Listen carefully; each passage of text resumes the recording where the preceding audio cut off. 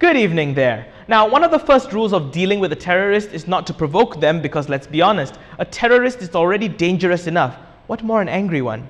However, it looks like Gerakan Merah captain Jamal Yunos, who has accused BERSIH of being infiltrated by the Islamic State militants, doesn't know much about counter-terrorism. After receiving a letter of demand from the BERSIH 2.0 chairperson Maria Chin Abdullah, telling him to retract that statement within 48 hours, this is how he responded. Okay, ini adalah surat ataupun surat daripada Peguam Maria Chin kepada saya untuk menuntut saya memohon maaf dalam waktu 40 jam. Respon saya begini. Gambar dengan tu. Ini respon saya kepada Maria Chin. Ya.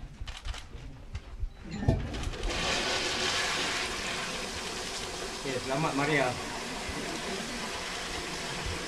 Okay.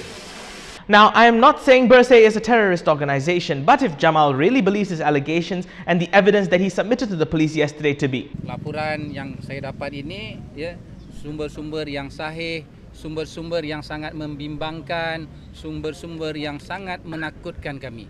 He is definitely not counter-terrorist material.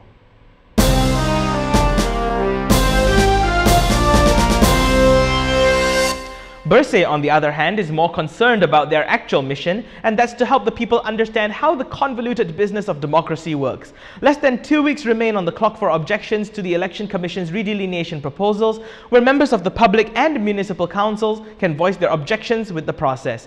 Now, we all know that the municipal councils don't have time for this because they're too busy dishing out parking summons instead of actually taking care of the townships. BERSIH and DART have launched 529 downloadable objection letter templates for citizens to fill up, corresponding to every parliamentary and state constituency in Malaysia. Citizens can customize and add any details they see fit before sending them to the Election Commission if they wish to protest against the redelineation. BERSIH 2.0 boss Maria Chin Abdullah will be filing a suit on Friday at the High Court to temporarily halt the Election Commission's redelineation exercise on the grounds that the Election Commission has failed to provide sufficient information in the redelineation proposals. We are asking EC, they have to stop this whole delineation exercise, release the landmass information before you continue on with the process. Restart. Yeah, and restart. A few weeks ago, former Premier Dr. Mahathir Mohamad sucked it up and decided to go say hi and shake hands with his former deputy turned arch rival, the incarcerated former opposition leader Anwar Ibrahim. However, it didn't play out like a Care Bears episode of Forgive and Forget, because Mahathir insists that he's not making peace with Anwar over their rivalry, and he was only there to support the challenge Anwar was making against the National Security Council or NSC Act. Today, perhaps things went the other way with one of Anwar's former critics, now the president of Parti Pribumi Bersatu Malaysia Muhyiddin Yassin, showing up at the Kuala Lumpur High Court to show support for him, perhaps forging what could have once been a forbidden friendship. After meeting briefly, here's what the two men had to say.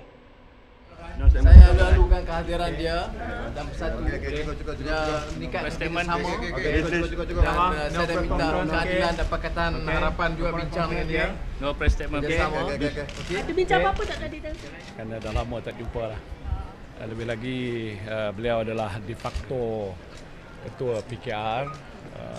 Saya rasa penting sebagai Presiden Parti Pribumi Bersatu Malaysia. Tak boleh pakai nama bersatu